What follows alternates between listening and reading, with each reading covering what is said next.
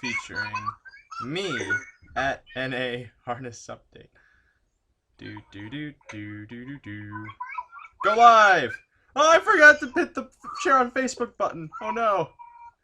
Can I still share the broadcast on Facebook? No. Oh man. Well, for those of you who are wondering what the noise is in the background, Mike is at a swim meet. He's competing today, and we couldn't be more proud of him. Yes. And he's clearly proud of himself too. Yes, that too. But this is Hambletonian Day from Off and Pacing. Now, this is the most adventurous of the broadcasts we've ever done because there are, first off, 10 races we're going to cover. We have an interview coming up at the midpoint, and then we have more races. That's basically this is a marathon session for us. And the first of these is coming up in 1:30 seconds, the Peter Houghton Memorial. Now, what's great about what we're about to watch here on Off and Pacing is that all of these races are named for real races that will be happening next Saturday at the Meadowlands, because next Saturday is Hambletonian Day, one of the biggest days in the sport of harness racing, next to some other days that you could argue may be of same merit but not of same pageantry. There's something about being in the humid New Jersey sun on a Saturday afternoon that makes you go, this is fun. Because I always have a blast when I'm there. I get to meet the young dudes that are downstairs chugging beers, betting on horses, having a great time, because that's really what it's about. It's about just having fun and watching great horses race and maybe beating a couple favorites here and there. That's kind of what's happening this afternoon at the Meadows with the Adios, but we know you tuned that off just to join us, and we thank you for that. Again, 30 seconds for the first of the stakes we're going to be covering, the $300,000 Peter Houghton Memorial. Now, I have my downloads tab open, so we're going to close that. Peter Houghton Memorial is traditionally a 2-year-old Colton gelding trotting stake. Some names that have won the race in the past, I think Muscle Hill, who we all know Muscle Hill, went on to be one of the greatest trotters since Wallner.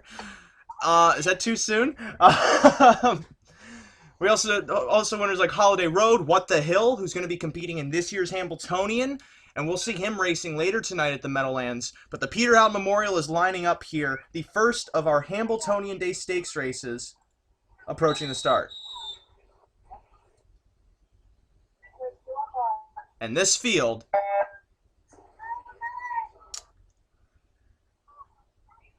is Off and Pacing. From the inside, leaving out Killer on the Loose towards the center, PLR Slugger, and from the far outside, Half Tin Man. Half Tin Man the quickest away and taking the lead as they move on to the first turn. Killer on the Loose towards the rail, though, going to inherit the front.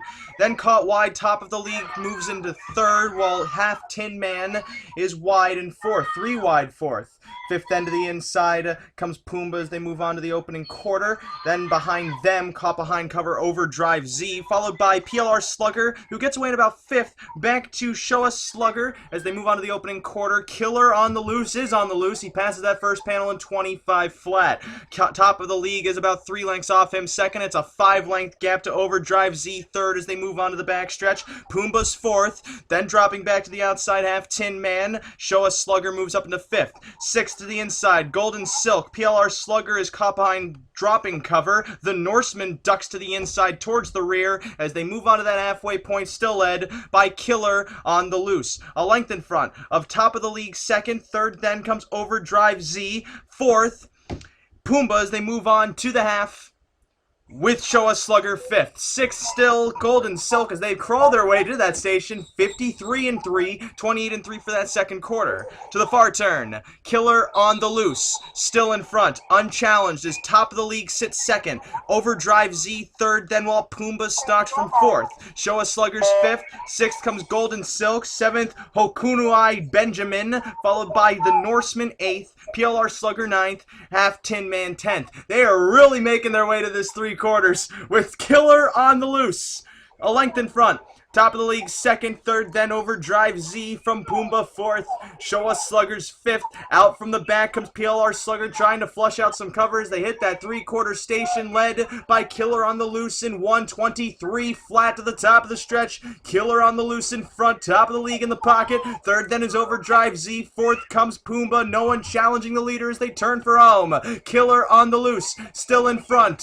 From the back, PLR Slugger trying to rush in. Then it's top of the league, still second, inside Overdrive Z. No one tipping out as Killer on the Loose maintains control to the 8th pole. Top of the league, second. Now some separation as Killer on the Loose kicks away.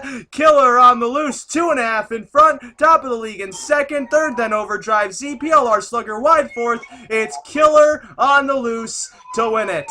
Second, then top of the league. Third comes Overdrive Z. PLR Slugger fourth. 1:49 and 3. All right. So that was, I think that was real time. That was a real time race. Why? I don't know why it was going so slow though. It seems pretty slow. Yeah. I'm checking to see if it's how my computer's rendering it. Not sure. We'll experiment with this as it goes on because yeah. So as I was saying, up next on this Hambletonian Day broadcast, which of course, Mike, there are way too many kids around you. Of course. Hambletonian Day next Saturday at the Meadowlands, and this race that's coming up, the Jim Doherty Memorial, is a 2-year-old filly trotting event that you would see next Saturday at the Meadowlands. There's a lot of noise back there. So in this race, this is for 2-year-olds in the often pacing world. I see some very apt names. I see a lot of Dank names. Dank Meme finally starting to get some stakes horses to roll into the stakes scene. We got Dank Minaj and Dank Madison, both of them from our man Dank Hochstetler. Or is it J. Dank Stetler? I think Dank Hochstetler sounds a bit better if I do say so myself, because I clearly do say so myself. But 1:30 to post here, scrolling through this field. We got a lot of really inexperienced, by inexperienced, I mean not high-earning horses.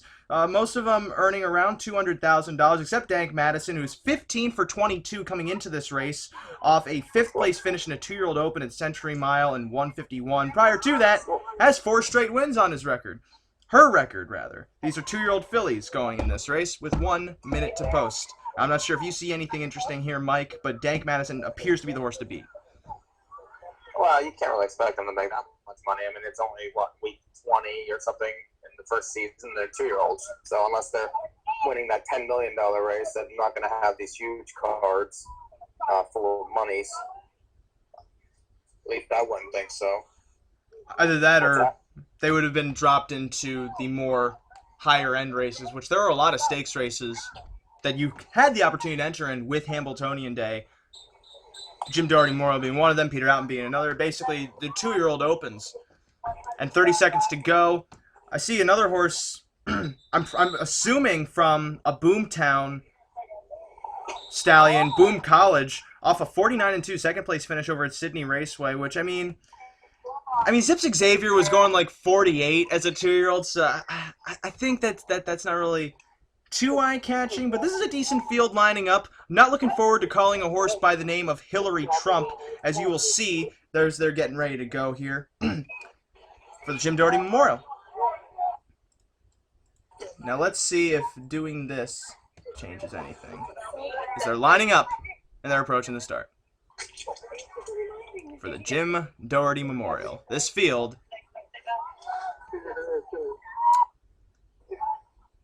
is off and pacing. From the inside, Better Believe fires out fast. Then from the far outside, Boom College and Dank Madison in pursuit of control. Getting away fourth, then towards the center, I'm All Kinds of Special. To his her inside, Shy Maid, then is sixth. Seventh comes Stylish Hanover, then it's back to Too Hot to Handle in front of Dank Minaj. Third to last, second to last, Hillary Trump. And trailing the field, SMMM Heartbreaker. To the opening quarter. Wide, I'm All Kinds of Special in pursuit of the lead. 3 wide, though. Boom College moving for the front, and Dank Madison's 4 wide. Now ducking in 3 wide off a 25-4 opening quarter. A contested front as Dank Madison now advances to try and surpass Boom College and take the lead. Hillary Trump rushing up behind them to pick up that cover, now towards 4th, into 3rd. Approaching 2nd as Dank Madison now clears the lead to the backstretch. I'm All Kinds of Special shuffle to 4th. 5th comes Chai-Maid. Wide 6th, then Too Hot to Handle to the outside of Better Believe 7th. 8th comes Dank Minaj, 2nd over in that back flow. Stylish Hanover then 2nd to last. Trailing is Heartbreaker to the half. Hillary Trump takes the lead from Dank Madison, sitting the pocket, now rushing first over. Too Hot to Handle towards 3rd as they hit that halfway point in 56 flat. That's a slow quarter, 30-1 for that second quarter as they move on to the far turn. Too Hot to Handle now clears the lead from Hillary Trump. Parked out, Dank Minaj now dropping back to 3rd, picking up cover out of 5th. Boom College now 2nd over, about 2.5 lengths off the lead. Dank Madison to the inside, paces 4th. 6th, I'm All Kinds of Special. Chai-Maid's back 7th. 3rd up, gapping cover, Better Believe 8th, and then Stylish Hanover and Heartbreaker trying to make up her mind in the rear, entering the flow 4th over as they move on to 3 quarters. Too Hot to Handle, a length in front of Hillary Trump 2nd. Dank Minaj drops back. Dank Madison then to the inside, her stablemates 3rd as they move on past 3 quarters in 1:24-4 to the top of the stretch. Too Hot to Handle still in front, unchallenged. Hillary Trump 2nd. Dank Minaj beginning to come back to the outside of Dank Madison, locked in 4th, and then towards the center, Better Believe, and ready to kick off cover. Boom College, they come onto the 8th pole. Too Hot to Handle, a neck in front outside. Dank Minaj trying to get by. Hillary Trump locked in. Dank Madison now with room to pace out as she tries to find a way out, but Dank Minaj drops back. That leaves this to Too Hot to Handle, who's clear by 4 coming to the line. Stylish Hanover rushing up late down the center of the track for 2nd. Hillary Trump 3rd. Better Believe 4th. Too Hot to Handle in 1:50-1. Even adjusting the zoom, the race is going in real time. It's so weird feeling these races go in fifths of a second. That just means I gotta add a bit more realism to my calls now. I think this is an exercise for me. And if you just look at my physique, Mike, you'll know that I am a man who enjoys exercise. Aren't you starting to enjoy it a little more recently? Up next is the Shady Daisy. This is a 3-year-old filly pacing event that used to be held at the Great Freehold Raceway until the Meadowlands just started taking it. Now, Mike, we got some 3-year-old filly pacers lining up here. Who's really appearing to be the best of the rest so far? Well, I don't know. I think it's a tough race. I mean, you have this My Little Girl who's 18 for 21. Has made $5.4 million. I mean, I'm sure that she appears to be the one to beat from the middle of the gate. A lot of the others seem a little overmatched to me. And what's interesting too is I'm pretty sure there was another filly pacing race that was going alongside the Shady Daisy, and a lot of people probably may have went for that because this is only a $100,000 stake event, and I think it was something at Eagle Downs that's going for a lot more money. There was like 5 or 6 different races. Mm-hmm. Wasn't there? There were definitely a lot. You could decide which way you wanted to go, or what. None of my horses made the finals. I don't know. I don't know why. I don't really have a very good lot right now. I don't have any really great horses that makes these finals. I was disappointed because Zips Hingenfelter was the only one of mine that advanced to the next round for the Lady Liberty and ended up finishing 5th. It was Zips Xavier got 2nd in the Hambo Oaks elimination. I was so excited to be able to call my own horse that I specifically named something. It didn't happen. I specifically named her something cool because I knew she'd be good, and one day I would finally be able to call one of my own horses in a stakes race. Still to this day have not. Well, except for back in the old days of the Periscope, when I showed that I was able to do this, and then I ended up getting the job. Thank you guys at the Often Pacing crew. When I got to call Zips McGruber. But We got 10 horses lining up here for $100,000. Not one of the more illustrious stakes races purse-wise, so I guess the term would actually be lucrative. However, as Mike said, pointed out, enumerated, a very competitive lot going to gate, and we will enjoy this together. This is the Shady Daisy 3-year-old filly pacing event, lining up, in motion, and approaching the start. I'm making sure it's going. Yes, it is. Perfect. This field is often pacing. From the outside, Schweppes is leaving quickest. Triton Star Flash towards the center, now outsprinted by My Little Girl to her outside. Then Valuable Art towards the rail, gets away fourth as they're 5 wide around that first turn, battling for the lead. My Little Girl, the widest of them all, 3 wide rather, now dropping back as Valuable Art claims the front, moving to that opening quarter, then trying to split horses, caught between horses. Triton Star Flash pacing third, to the inside fourth currently, as they move on to that opening quarter, sweeping up to command My Little Girl for Anthony Butt in 25 flat, a length in front of Valuable Art occupying the pocket. Triton Star Flash left out third, then as they move to the back stretch, Settle Down Princess fourth, still 3 wide Schweppes, Marcus Miller parked out there fifth, currently 6 to the inside, then his Wannabe seventh, back to Idiot in front of Agent O, and the trailer happened.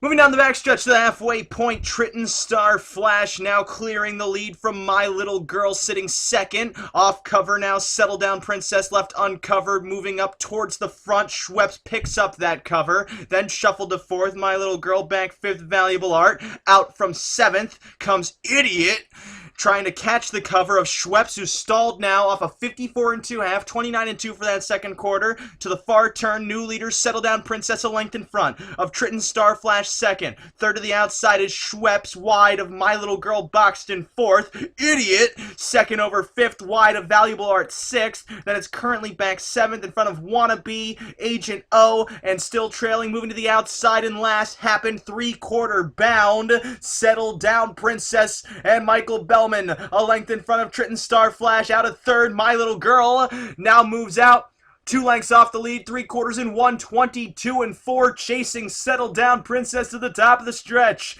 Second to the inside, Triton Star Flash. Kicking off cover comes Schweppes, and in between horses, My Little Girl pacing third. Valuable Art needs room. Moving up to Idiot as they come on down to the 8th pole. New leader, My Little Girl. Kicks away by 3 from Triton Star Flash second. Then towards the center of the track, Agent O trying to advance with Settle Down Princess towards the rail, but she's home. It's My Little Girl. 5 lengths in front. Gonna be an open length winner coming down to the line. Second then, Triton Star Flash. Tight for third. Settle Down Princess ended up edging out Agent O in 1:48 1. So we got 2 more stakes races coming up here. The next of them being the Fresh Yankee. Now this is a newly installed race. They put it in back in, I want to say 2014, or maybe it was 2013. No, because 2013 was the I'm a Lula, and then that's when they transitioned it into the Fresh Yankee, which is an open mare trotting event. Now, on Hambletonian Day, the open mare trotting event used to be the Peretti Matchmaker, but then mare trotters kind of like stopped existing for a while, and then there was a sudden resurgence, and the Fresh Yankee became that Hambletonian Day stakes event. Now this is just specifically for open mares that'll be lining up here. I had entered 2 horses in this race. Both of them sucked. And I'm assuming we have horses that are better than mine, assuming since they made this $175,000 final lining up here. And Mike, how's this field looking? What are we exactly seeing with these horses? Well, again, there's some similar names in here. You have your Ace Diamond. That's a small hall stable, 72 for 138. That's made almost 10 million. Draws the rail. I think that that horse could be difficult. Here's Zeke from the 3 hole. This horse has made about 800,000, but draws well. It's been doing okay in some of these open races. What about this KB horse? What's that? What about this KB horse? Oh, KB. Is this an actual KB or is this a rip-off KB? Oh, that's a good question. We need to open up the past performances. Actually, I can figure this out right now. Because that is something that Kyle has been... Oh, it doesn't look like... Oh, no, it was. This is original Kyle Burton. Sold this horse... Original Kyle Burton. Do you want to guess how much he sold this horse for? How much? $3.3 million. Well, not too shabby. Chrysler Racing then sold him for $750, and then White Bridal Racing. Oh, you got to guess this. KB Flame, recently purchased, June 20th, was purchased by AJP 239 for how much? $8.3 million. Wow. I think AJP is the same guy that bought KB Champion for $27, too. Well, what about they bought Agent X for $125 this morning or last night? Wait, did Dernberg? I thought that was Dernberger's horse that he was selling. No, he bought it for $125. How does he have that much money? I don't know. I don't understand it. Wow. That's $2,000. Yeah, that's $2,000 of in-game purchases. Wow. Of actual money, yes. $2,000. Jeez. 100. I mean, right now I'm sitting at $5 million. Like, I don't have $125 million. I mean, I have 9.8, and I haven't even won any stakes races. I mean, but they're lining up. You've got a little bit of money. Yeah. This is the Fresh Yankee Final. $175,000 in motion and approaching the start. Off and pacing, Your Highness. Fires out from the center. Ace Diamond, though, quickest away to the inside as Harmon secures the lead, moving to that first turn. Cross My Hooves. To the inside third, then. Stressed tries to angle towards the rail fourth. Zeke's back fifth to the inside. Sixth, then. Dog Eat Dog overtaking KB Flame, dropping back seventh. DWTS Legacy is now taking seventh. Then ninth comes Kentucky Hall, and Lil Beach is in the back of the field. Your Highness now rushing up to take command to that opening quarter. A length in front of Ace Diamond sitting in the pocket. Another 25-second clip to kick off this mile to the backstretch. Stressed behind them, third, 2 lengths away. Advancing to the outside, KB Flame towards fourth now as they move on to the halfway point. Cross My Hooves is back fifth. Zeke is sixth. Dog Eat Dog seventh. DWTS Legacy still eighth. And that's Kentucky Hall and Little Beach in the back. KB Flame, ever so gradually, making his way towards Your Highness. Now stride for stride to that halfway point and ready to take command from Your Highness, now yielding for the pocket. Ace Diamond then, watching the action unfold from third, Stressed is back fourth. Cross My Hooves fifth. Out of third, Ace Diamond off a 55-second half, 30 seconds for that second quarter. And Ace Diamond is moving up to retake command of that far turn. KB Flame's going to sit for second. Third, Your Highness. Then it's Stressed fourth. Out from the back, DWTS Legacy beginning the outer flow, looking to flush out some cover from eighth. Dropping back, then Kentucky Hall. Lil Beach is second over in the flow, chasing Ace Diamond to 3/4. A length in front of KB Flame sitting second. Your Highness is third. Still fourth is Stressed, as no one's really rushing after the leader to the 3/4 pole. It's Ace Diamond ready to hit that station. KB Flame second. Still third is Your Highness, and it's Stressed back fourth. 1:23. And 3 for 3/4 as they come to the top of the stretch. KB Flame now edges off the rail in pursuit of Ace Diamond. 2 lengths in front as they move on towards that 8th pole. Your Highness sneaks up the inside towards third, needs room to tip out, and they're 3 clear of Stressed, pacing fourth, moving to the outside, still chasing after Ace Diamond. A length in front of KB Flame, who is put away as they come on down to the line. Stressed, a final lunge. Behind him, Cross My Hooves towards the center, DWTS Legacy, but Ace Diamond's gonna get to the line. 2 lengths clear. Ace Diamond takes the Fresh Yankee from Stressed, KB Flame, and DWTS Legacy in 1:48 and 3.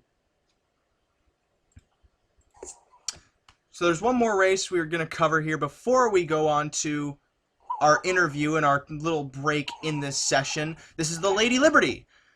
Traditionally, the Lady Liberty on Hambletonian Day, a mare pacing event.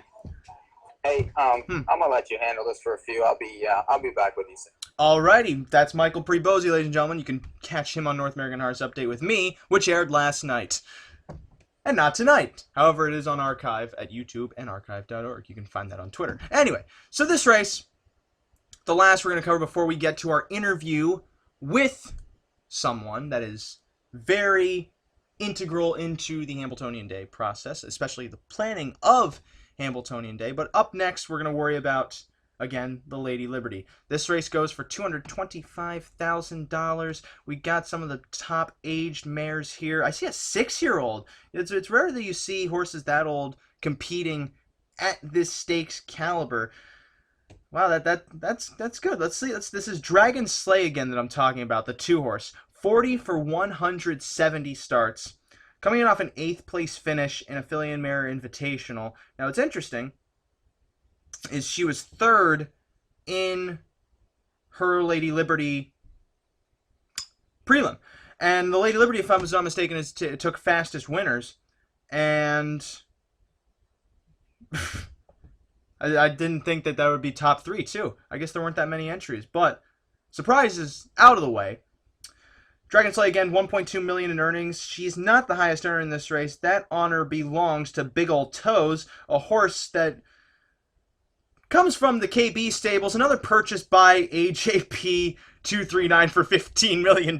This man is just rolling in cash. Big Ol' Toes, a 4-year-old mare with $3.9 million in earnings, 36 wins in 67 starts, and a mark of 146-3. Most likely at Hilltop Park, because that track is incredibly fast. On her card, the biggest effort that really stands out is a 2nd place finish in the Napoleon Challenge, which is the Pegasus World Cup of the Off and Pacing Universe. Got put up $1 million, and then it's not winner take all, but its purses distributed as they normally are. And Big Ol' Toes was 2nd in that race in 46-2. I'm not sure if many of these mares are putting in 46 miles coming up to this race. So we're probably going to see some kind of giant effort from Big Ol' Toes. I don't know. The fastest I'm seeing right now is a 47-2 from Mon Ice T, who is the 2nd highest earner in this field with $1.4 million for Roscoe and Deluxe Racing. 5-year-old Filly off a 3rd place finish in 149 in her elimination of the Lady Liberty. 8 seconds to go. This is the last race we'll cover before we get talking to our interview. This is the Lady Liberty. Field of 10 lining up here. And they're in motion and approaching the start.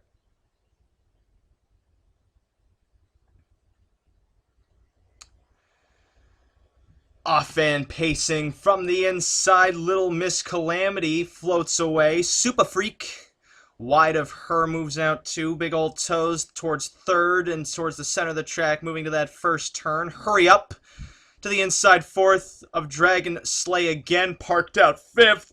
Wide then 6th, Part-Time DJ, Better Use the Whip, 4 wide 7th, inside 8th, Mon Ice T, and then it's a little playmate in front of BC Bandit, who ducks towards the rear of the field, moving to that opening quarter. Super Freak, parked out, trying to clear the lead from Little Miss Calamity, who now is not yielding for the pocket, so Super Freak urged on to take command in 25-1. Neck in front of Big Ol' Toes, left out in 2nd. Now moving up towards the lead. 3 wide, Part-Time DJ rushing up for Jason Lee to take command and brush to the lead to that halfway point.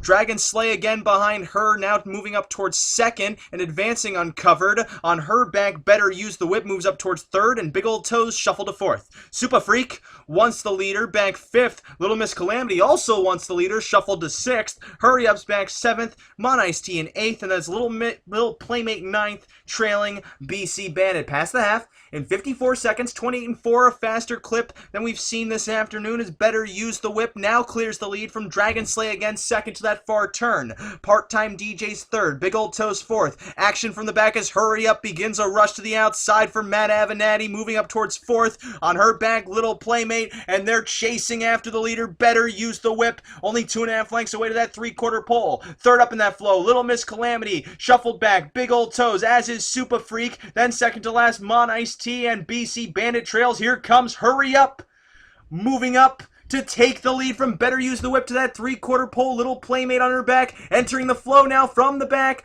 Big Ol' Toes, 3/4, 123-3. Hurry Up clears the lead to the top of the stretch, angles towards the rail, and is a length in front of Little Playmate, now left uncovered to the outside of Better Use the Whip, 3rd. Then towards the center of the track comes Little Miss Calamity, and with no room, Big Ol' Toes coming to that 8th pole. Hurry Up, still in front of Little Playmate second. Dropping back, better use the whip. And Little Playmate's now moving up to take the lead as they come onto the finish. Big Old Toes, nowhere to go. Little Miss Calamity to the center, and Mon Ice T rushing late. Little Miss Calamity takes the lead. Mon Ice T rushing up, but is too late as Little Miss Calamity hits that line in front. Mon Ice T rushed very hard to get second. Little Playmate third. Big Old Toes fourth in 1:48 and 3. And with that, it's time to take a break from the racing action and get a hold of a guest. You may know him as, and you can say it with me, a man, a person, a human. God, I love this community so much. I could just hear you from wherever you are, and you are a lot of places. This is an internationally appreciated, adored game off in pacing. It's played in Europe, it's played in Switzerland, because apparently Switzerland's not in Europe.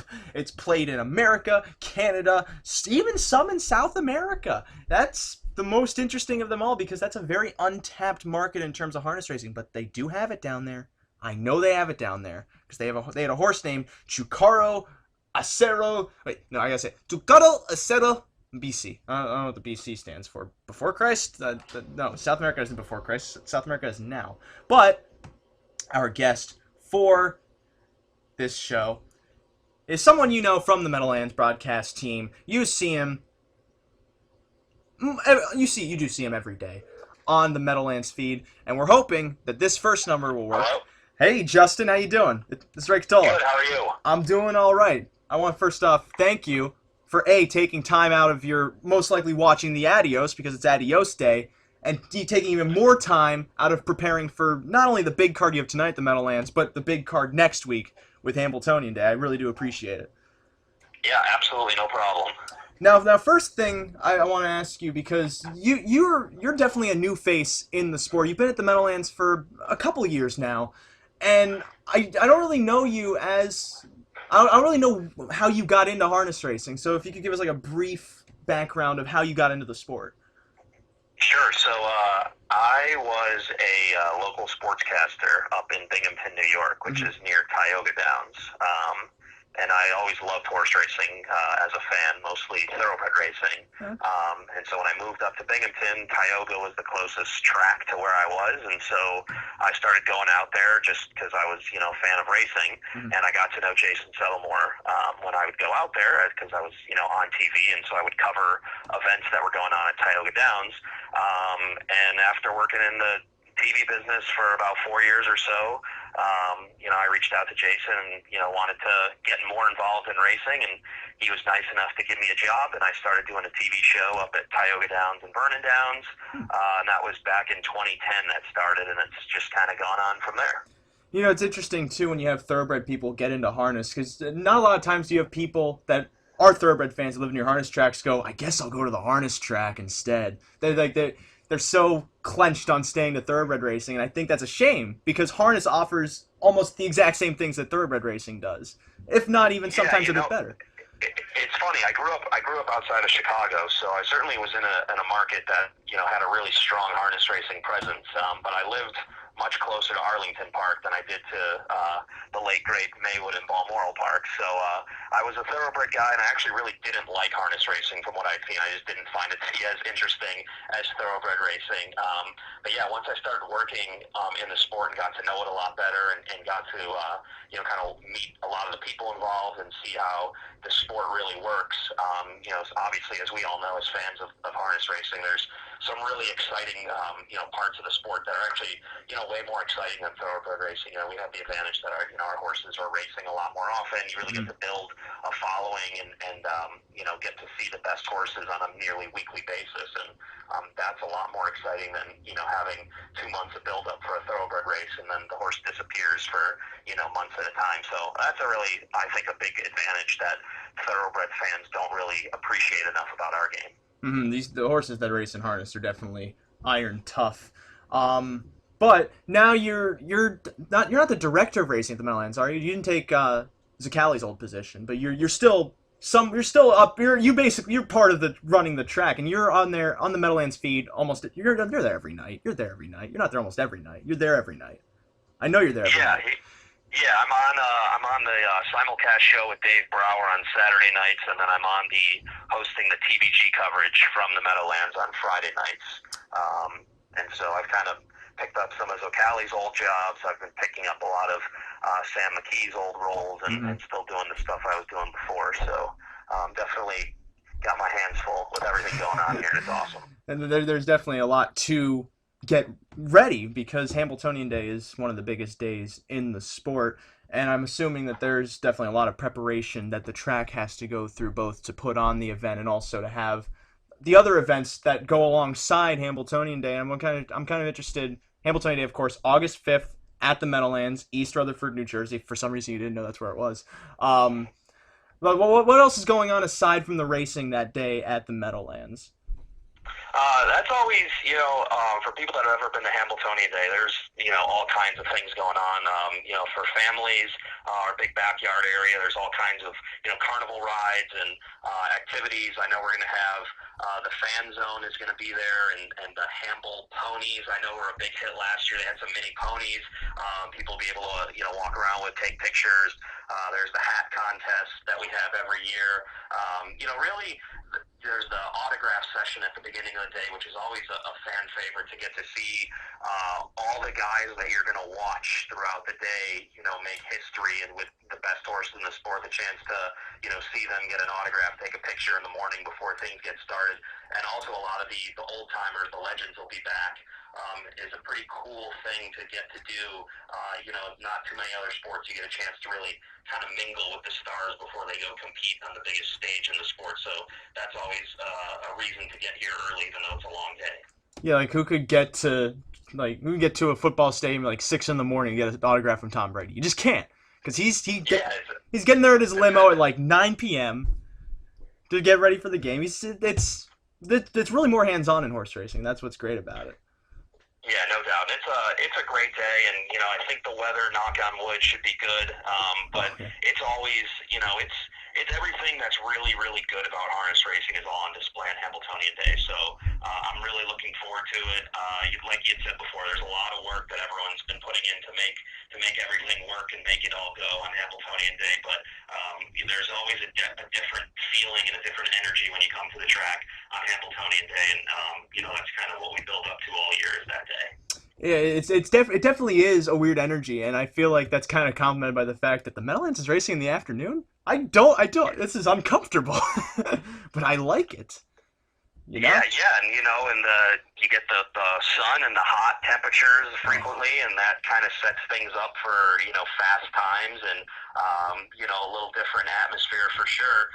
But the nice thing is that when that day's over and we're done by 7, 8 o'clock, that's definitely a weird feeling for those of us that are used to our Saturday night kind of just starting at that time and going until midnight. So that's the small consolation at the end of a very long day.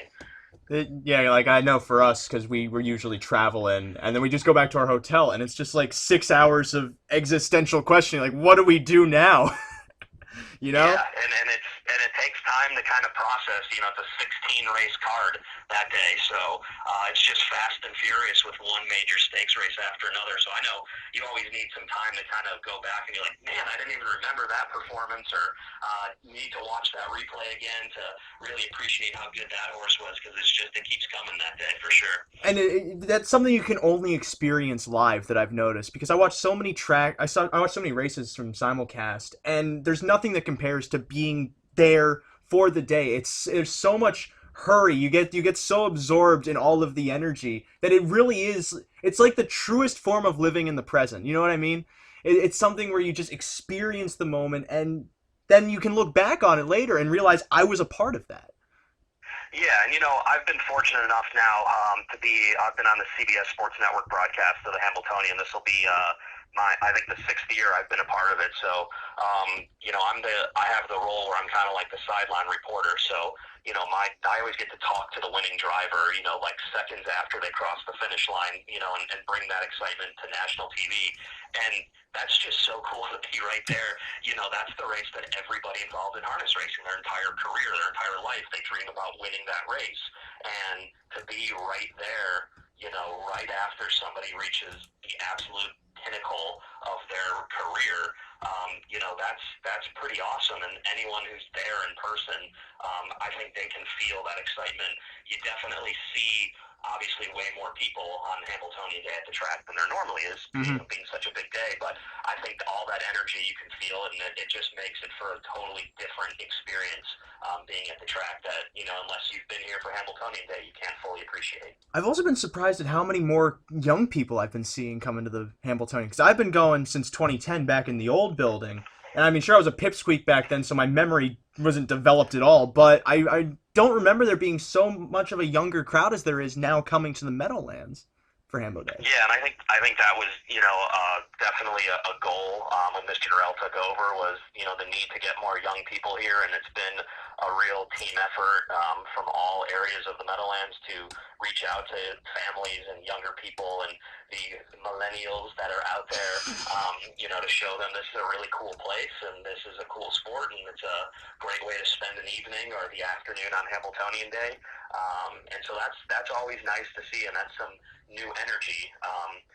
I think all of us involved have brought new people to the racetrack, and to kind of go back and experience the sport through the eyes of somebody who's going for the first time. I think a lot of us forget a lot of the things that caught our eye when we first started going to the track. So that's always cool to talk to these new fans, and they tell you what's exciting to them and what is catching their eye, and that's pretty cool. And I think that's a lot of what we try to focus on at the Meadowlands is kind of appeal to those new people and get them in however we can, and then sell harness racing to them as something they should like for an entertainment outlet, moving forward. I also think that you were the first person to ever properly pronounce millennial. it needs that swing to it. It just captures everything about it. The generation. It shows that you guys know what you're doing. Yeah, we try. I mean, I'd like to think I'm still, I think, in the tail end of technically of what the millennial generation is, even though I guess I'm an older millennial. But yeah, we definitely, we always get excited here when we have, events that are designed for the younger people to come, and you see all these young people here, and it's nice to see, and hopefully we can continue to attract those generations here. And I definitely think that a game like Off and Pacing does offer that kind of exposure to these people, especially with how empty harness racing is in the mobile market. And I'm curious on your end how much you really know about the app, because I don't really know you as part of the community of Off and Pacing, but like, for instance, do you have a stable? Do you play it all? I do not. I do not. Well, you're also busy running the racetrack, so it's understandable.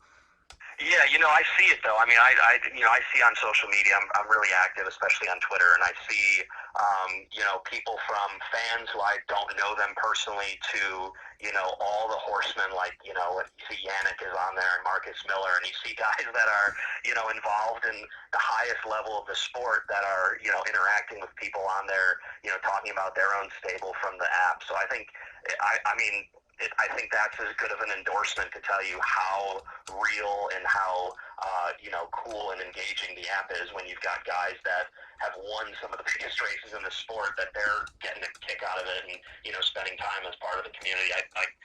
You can't really ask for anyone to make the game more realistic when, like, Yannick Gingras is telling you how awesome it is. Well, not only that, too, I don't know how much you read from the community, but everyone talks about it as if it's real racing, and that speaks power for how strong of a game I feel this is that, like, there will be people that actually complain to real drivers about fake drives, and everyone has a blast doing it. Yeah, and I think that I kind of get a kick out of that, too, that's kind of funny to see, and people talking about buying and selling horses, and it's definitely like blurring the line between reality and obviously it's a game, but you definitely see people talking, and definitely maybe losing sight of the fact that it's not exactly real life. And it definitely does get even more blurred when you see like real tracks, including the Meadowlands, be a part of this game, which I think is even better for getting people to see that there is actually real horse racing. This isn't a concept of like three guys made up in a basement.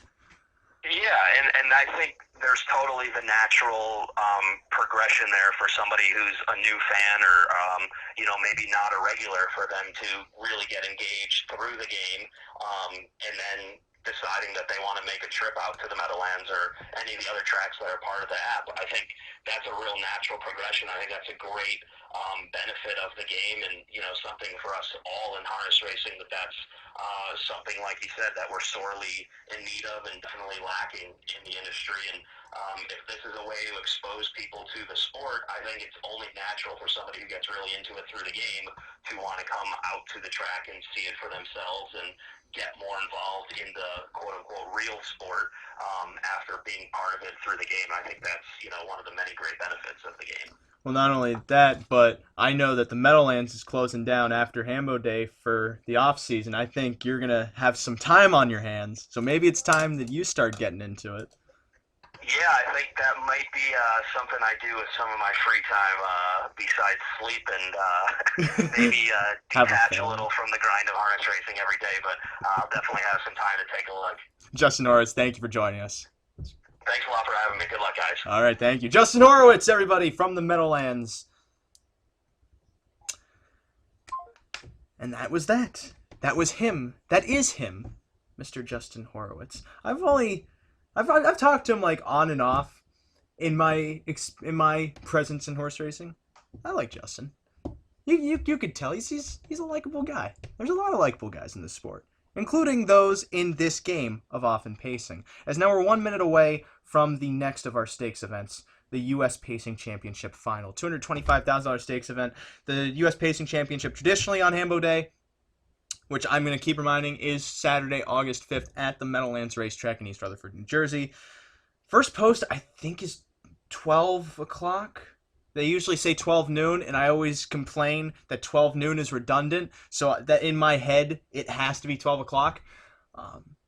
But the U.S. Pacing Championship is traditionally a free-for-all pacing event in Offen Pacing. It's for older horses to be entered here. We got Ace Damage again?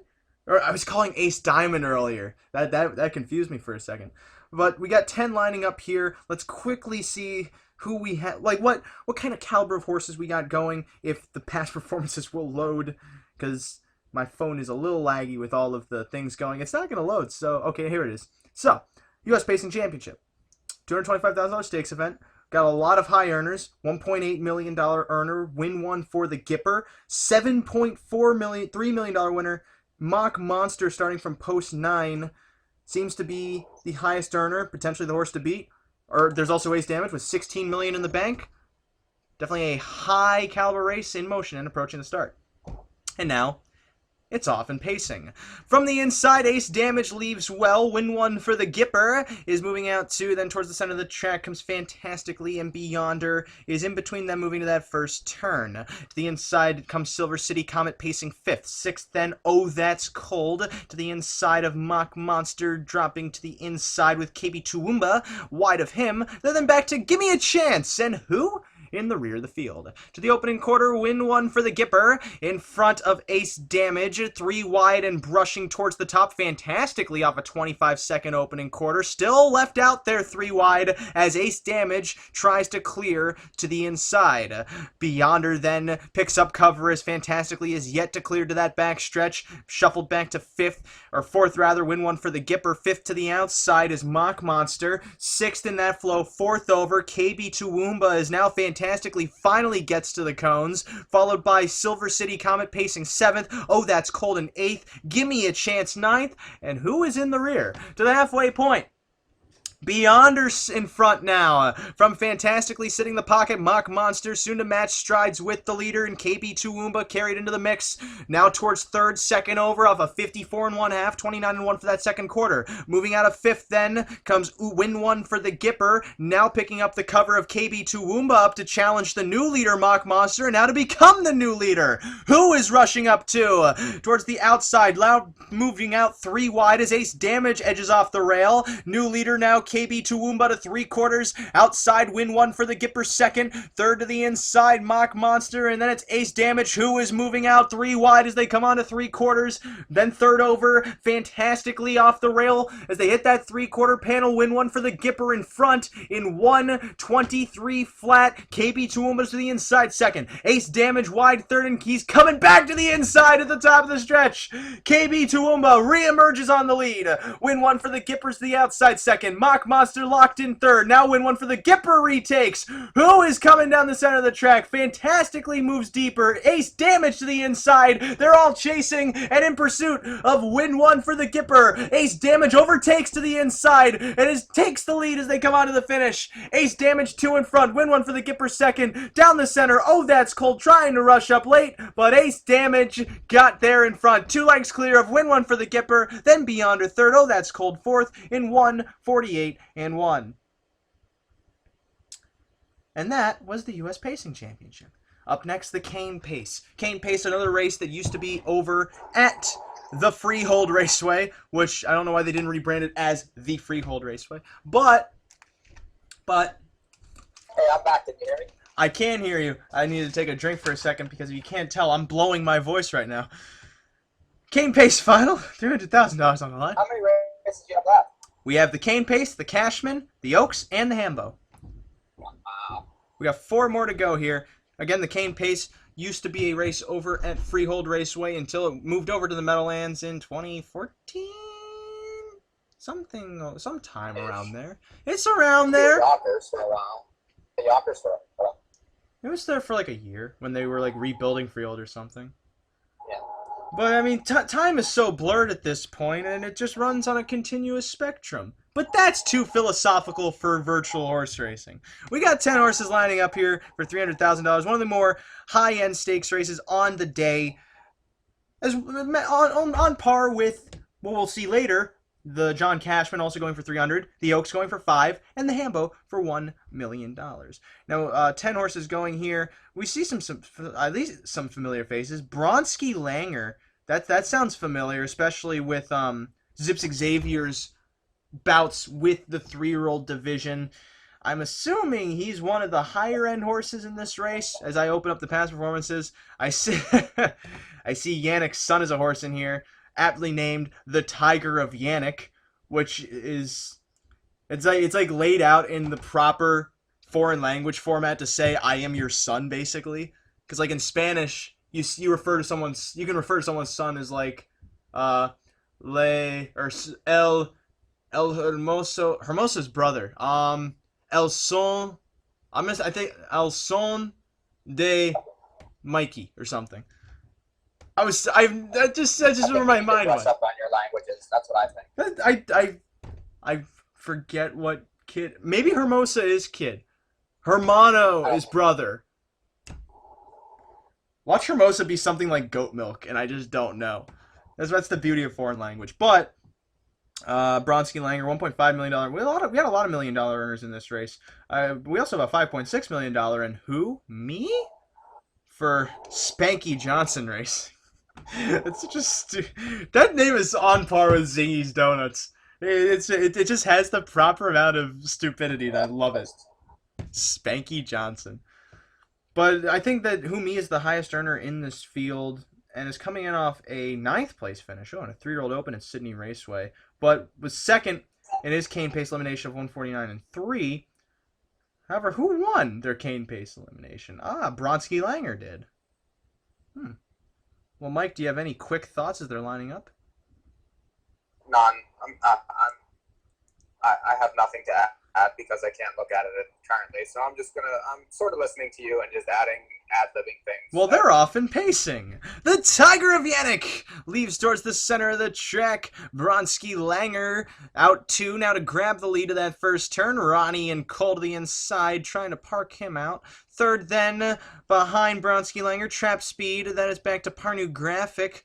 Fourth, to the inside of the Tiger of Yannick, parked out 3 wide. Fifth, now moving up third over as Bronski Langer gradually moves towards the lead. Trap Speed now left uncovered off a 25-1 opening quarter, pacing into second. Ronnie and Cole is to the inside third. The Tiger of Yannick second over fourth as they move on to the backstretch. Parnu Graphics fifth. Sixth comes JMC Henry the first. Seventh comes Hans Scowney Satcom 4, and then from heaven to earth and trailing the field, Hugo Strange. Halfway bound, the Tiger of Yannick And Anthony Butt now clear the lead. Tramp Speed sits second. Third comes Bronski Langer, and then it's Ronnie Cole fourth as they come out of that half point. And 54-3, 29-2 for that second quarter. Out of fourth now, Ronnie and Cole moving up first over, up towards second. Soon up to the Tiger of Yannick.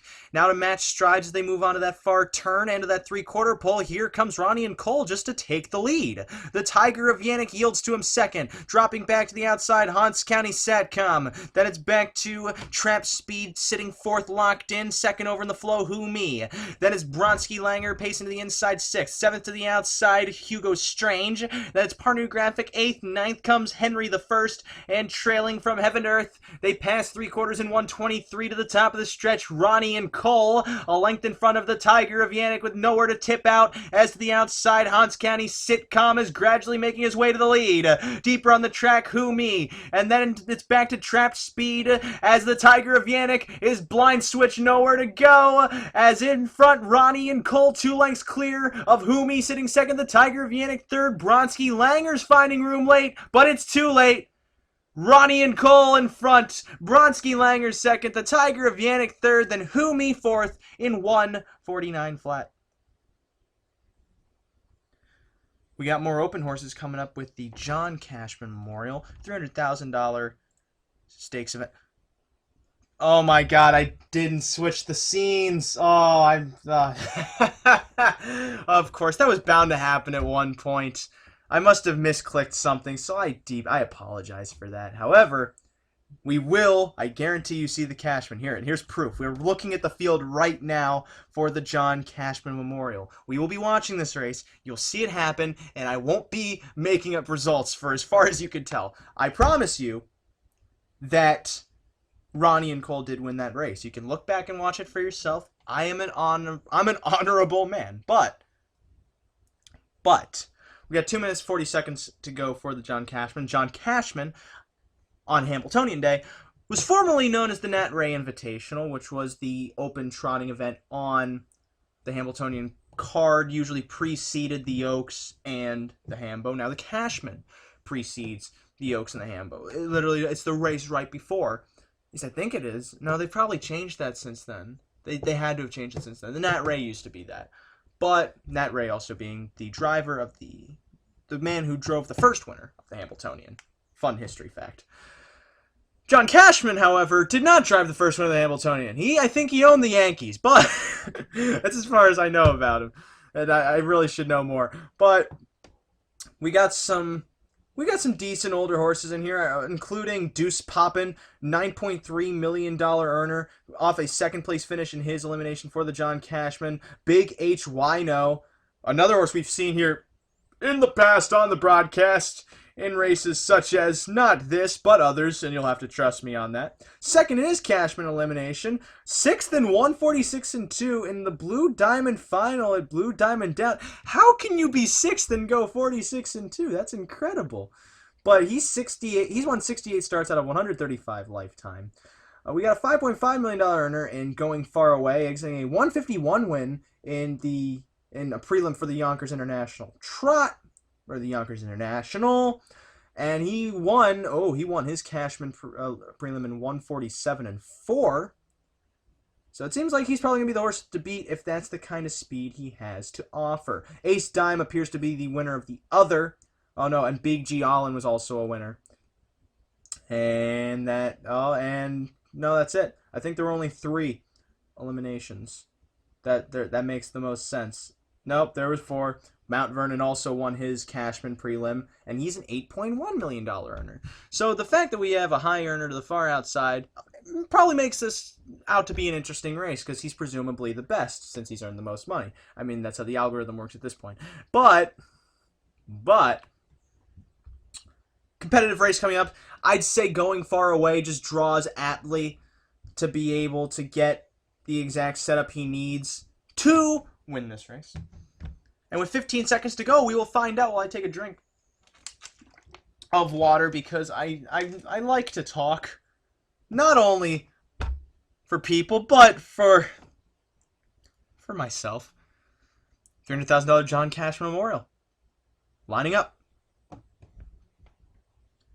Full field of 10 in motion. And approaching the start.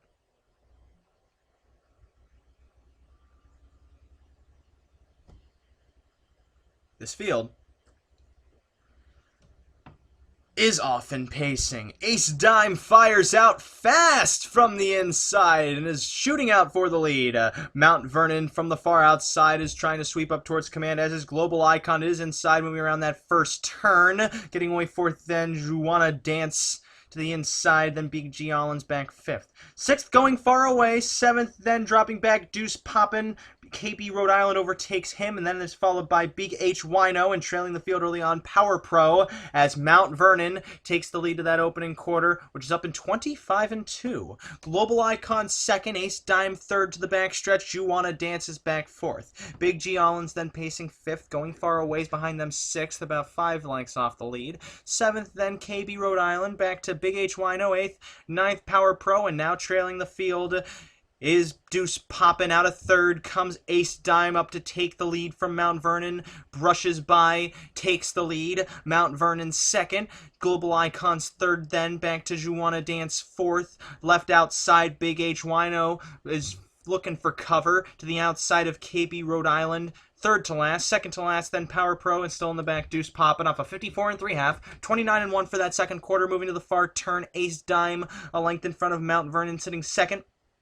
Global Icon is back third, then Juana Dance fourth, moving wide from the back, Deuce Poppin' to try and overtake Big H Wino, dropping back as there's no movement after the leader, Ace Dime, coming to that three-quarter pole, a length in front of Mount Vernon in second.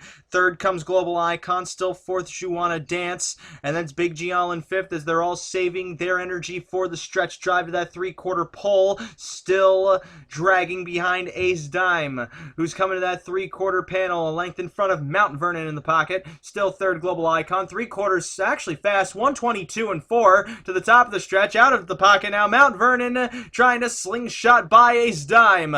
On his back then, Global Icon as Mount Vernon now takes the lead. Coming down the stretch. Ace Dime battles onto the inside though. Ace Dime retakes. Mount Vernon dropping back to the outside. Global Icon is 3 wide. Now soon to take second. Juana Dance then moving wide behind them. Going far away. Coming towards the center of the track as the line approaches. Ace Dime in front, going far away, is lunging late, going far away, takes the lead, and going far away gets up to win it.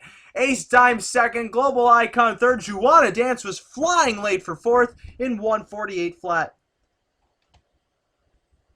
And that was the John Cashman. 2 more to go here on this Hambletonian Day broadcast presented by North American Harness Update, the internet's favorite harness racing handicapping show, which airs Fridays at 9 p.m. Eastern Daylight Time on 148.ca/1 SRN1. 2 minutes, 45 seconds to the Hambletonian Oaks. Back with me, Michael Prebozy. Yes, I'm here. Give us the report, Mike. How's everything going? Yeah, Glen meet is over. Driving to go get food, and Oh, what's for dinner, Mike? Chick-fil-A. I was hoping you'd say Wendy's. I don't know why. Wendy's just seems like the perfect after swim meet food. But you'd have to say it like Wendy's. Yeah, the kids want Chick-fil-A. Chick-fil-A it is. About to drive through, so. Oh, okay. Well, maybe they want to hear the race call. Maybe they want to. You should tell them about often pacing. I could. You will if you're going up to the drive-thru. It's not like they're going to spit in your food because you advertise a horse racing app. That's not going to happen. They're going to go, I might be interested. I found it interesting that Horowitz wasn't playing. I thought he would be. Oh, he does do a lot. His position doesn't really allot a lot of free time. Yeah. But this is the Hambletonian Oaks. Of course, we have KB Champion in here. One of the top fillies in the game right now. Not only because Kyle Burton somehow sold her for $27 million, but was originally the highest selling horse in the game. Until Agent X came around for $125 million. Ay, caramba. But KB Champion coming in off a win in the Nahu Stakes. Ooh, the Nahu Champion Stakes. Over at Hawthorne Racecourse, 140-1 win there. Has earned $9.6 million in her career so far. 45 wins and 60 tries. Up against her, A $7 million winner with G-Watch for owner Racetrack Roller, 32 wins and 54 tries, won her Hambo Oaks elimination in 47-4, among the faster miles we've seen from anybody at the Meadowlands, and maybe close to the track record. I don't know the track record offhand, but there's also Trackstar Easy, who on her lines, looking back, won a division that becomes a challenge in 47-1, winner of 14 races and 27 starts, already $5.6 million in the bank. And then Soho Amore to the inside for Soho Standardbreds, a 4th place finish at Sydney Raceway in an open event in 47-4. I hope that was the one Zips Xavier was in, because then that just goes to show Zips Xavier should be in this final. But I digress. This is the Hambletonian Oaks coming up on the feed. I didn't forget. I know what I'm doing. There's the field. We can look at the field again. Soho Amore, Trackstar Go, Fitbit, Trifit, Trackstar Easy, Sluggers on Trial, Boom Sauce, G-Watch, Red Hot Carry, Katie Champion, and the Bouquet. On the far outside, they're off and pacing in the Hambletonian Oaks. KB Champion is firing away from the far outside. Trackstar Go to the inside, then moving out 2. So Amore gets away 3rd. G-Watch then floats away around that first turn. Fitbit Trifit gets away 4th. 6th then to the outside. Red Hot Carry wide of Slugglers on Trial, pacing 7th. Back then to Boom Sauce 8th. Trackstar Easy's 9th. And the Bouquet trails the field as they move on to that opening quarter. Soho Amore leads the way. KB Champion is rushing alongside to try and take control off a 25-second opening quarter to the backstretch. KB Champion is making her way to the lead. Red Hot Carry now uncovered, trying to make her way towards the front. 3rd to the inside, Soho Amore, and then it's Trackstar Go back 4th. Fitbit Trifit's 5th. G-Watch is 6th. 7th, Sluggers on Trial back to Boom Sauce, and then Trackstar Easy last of all. The Bouquet to the halfway point in the Hambletonian Oaks, led by Red Hot Carry, a length clear of KB Champion in 2nd. Soho Amore is back 3rd. Trackstar Go 4th. No motion after the new leader. Red Hot Carry, Tyler St. Louis, steals that half in 54-3. 29-3, that second quarter of the far turn. It's Red Hot Carry in front by a length from KB Champion 2nd. Now out of 6th. Advancing first over, rushing first over, Gingras makes a move with G-Watch up to 3rd, towards 2nd, and approaching the leader coming to that 3/4 pole. Trackstar Easy gapping cover, 2nd over, Boom Sauce on her back then as they're trying to catch Red Hot Carry coming to 3/4. KB Champion in a perfect striking spot to the inside, and then moving up Trackstar Easy up to take 4th as they come to 3/4 in the Hambletonian Oaks. G-Watch the new leader in 1:23-4. Red Hot Carry 2nd. KB Champion with nowhere to go to the inside 3rd. Trackstar Easy's wide 4th as they turn for home. A 1/4 mile to go. G-Watch in front. Up the inside. Red Hot Carry trying to retake. And then Trackstar Easy to the center. KB Champion nowhere to go as trying to fight back. G-Watch to the outside. Red Hot Carry to the inside. KB Champion desperate for room as she's finding room late. Sweeping wide. Chasing after G-Watch. The line's coming. KB Champion up in time to get it in the Hambletonian Oaks. KB Champion rushes up to take it from Soho Amore. G-Watch 3rd. Trackstar Go 4th in 1:48-3. There's one more. One more race on this broadcast. Oh, wow. I'm feeling the abrasions in my voice.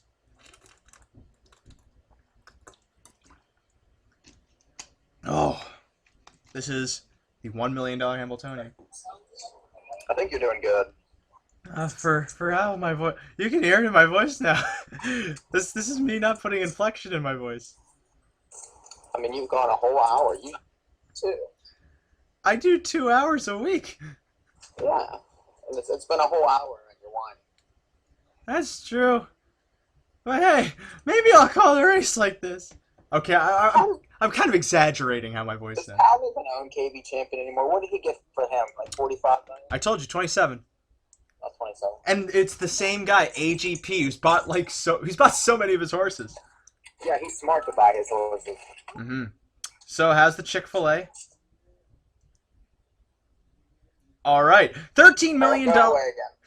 $13 million earner and record sale Agent X here in the Hambletonian. $13 million in earnings, a winner of 55 races and 65 tries. For new owner Dernberger Racing, a $125 million purchase. Entered into the $1 million Hambletonian. Obviously, the horse to beat won his Hambletonian elimination in 147-2. I'd like for you to see. Well, I'd like for you to see any trotter win a Hambo elim in 47-2. The Wallner could have done it. Wallner could have done it. He could have done it. That Wallner could have done it. But he can't now. It's that easy. Bad Boy Boogie is $7.4 million. Has won 30 races and 61 tries. In here for Yannick Gingras. I'm impressed how many horses Gingras is able to have in these stakes. He just has a good eye in this game, or is incredibly lucky. It's one of the two. He was fourth in his Hambo elimination in 149-3 off a 146-4 win at Hilltop Park in a 3-year-old open. Again, $7.4 million in earnings. The thing about Yannick is he only keeps good horses and gets rid of the rest. He doesn't mess around too much. That's true, but still, the fact that he's able to have so many good horses, that's. Well, I think he might spend a few dollars too. I mean, just a theory. It's funny hearing the Chick-fil-A in the background, but 20 seconds to go. This is Agent X, his race to lose in the Hambletonian. With 10 seconds to go, we'll give you a quick look at the field. Boys in the Hood, Agent X, Corey the Cat, Firestein, Bad Boy Boogie, anything is possible. Who you calling crazy? Then to the outside, Swift Run Raptor, Hybrid Theory, and SRT Power. This is the Hambletonian, and its approaching start. Off and pacing, Bad Boy Boogie trying to grab the lead. Swift Run Raptor, though, is the quickest away, but the inside Agent X sprints out to take command of that first turn. Agent X, a length in front of Bad Boy Boogie, parked out by Boys in the Hood to the inside, and then it's Who You Callin' Crazy fourth as they move on to that opening quarter. Fifth to the inside, Firestein. Sixth comes Anything Is Possible. Seventh wide, Corey the Cat. Then it's back to Hybrid Theory with 2 beaten. SRT Power, and wide of them, Swift Run Raptor, and a lot of movement off that first quarter in 24-3. Agent X is 3 in front of Boys in the Hood to the backstretch. Then it's back to Bad Boy Boogie third, about 6-length gap then to Firestein pacing fourth, the inside of Who You Callin' Crazy fifth. Sixth then to the outside, Corey the Cat second over. Seventh gapping, Anything Is Possible. Then it's back to Swift Run Raptor third over eighth. 9 is Hybrid Theory, and SRT Power trails onto the halfway point. They're starting to close in on Agent X, who's slowing down the pace. Second then Boys in the Hood. Third comes Bad Boy Boogie, still about a 3.5 length breakaway to Firestein in fourth. Wide fifth, Who You Callin' Crazy. Sixth then Anything Is Possible. Half was in 52 3/5. 28 seconds that second quarter. Moving to the far turn, it's Agent X, a length in front of Boys in the Hood second. Third then is Bad Boy Boogie, advancing uncovered. Who You Callin' Crazy fourth, 2.5 lengths off the lead. Firestein is shuffled to fifth. Sixth then to the outside, Corey the Cat, as Who You Callin' Crazy's now dropping back. Agent X is left unchallenged to that 3/4 pole. Boys in the Hood is closest threat.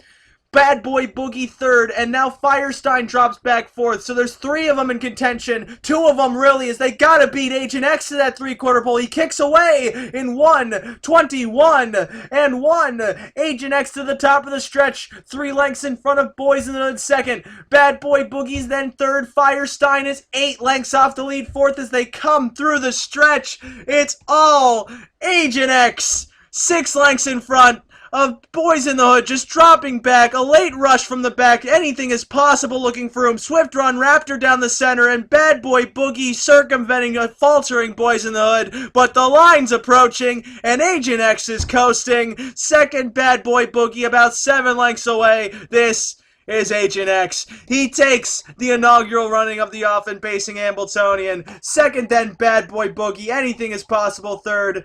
Swift Run Raptor fourth. 1:47 1/5. So if you think if you had that horse, do you think you would sell him? No. I mean, not for 125 million. Yes. I'd set you up for the next 20 seasons. Really? 125 million, yes. I mean, that's, like I pretty much average between 3 and 7 million in bankroll at any point. By the way, Better stables. 147-1 is a track record for 3-year-old colts. Wow. It equals the all-time track record set by Exciting Monty of 147-1. He was an aged horse. I think did my little girl win today too? I think, because that's the mare or the 3-year-old filly record of 47-4. Only 124.5 million to go. Yep, somehow she's gonna make that back. But that does it for Hambletonian Day from Often Pacing. I have been Ray Cotolo. Thank you for sticking around through all of these races. There were some really great races, I have to admit. I have been Mikey P. No, you are Mikey P. I was here. You are Mikey P. I have At been least I Ray was here. Cotolo. I'm not saying you weren't. Don't make me go to the piano. But North American Harness Update. You can listen to last night's show now up on YouTube. Just look for Ray Cotolo. It's always posted under my name. You can download it off of archive.org. You'll get that link off our Twitter at NA Harness Update or Facebook North American Harness Update. You could also catch it next week when it's live at the time. I will be at the Hambletonian Saturday, August 5th if you want to, for some reason, meet me and see what my hair is really about. Just don't touch it. It's on par with touching the dinosaur bones of the Smithsonian. You'll get arrested. It's as simple as that. You'll get kicked out, and Jeff Corral will not let you back into the track. But I half kid with that. But North American Harness Update, Fridays at 9 p.m. on srn1148.ca/1. Again, I have been Ray Cotolo. He is Mike Prebosi, and we hope that you'll catch us next time. That next time being Monday night for the Send It In Stakes from Mohawk Racetrack. Until then, enjoy Adios Day. Enjoy the eliminations for the Hambletonian Oaks tonight at the Meadowlands. And then Monday, we'll soon be here.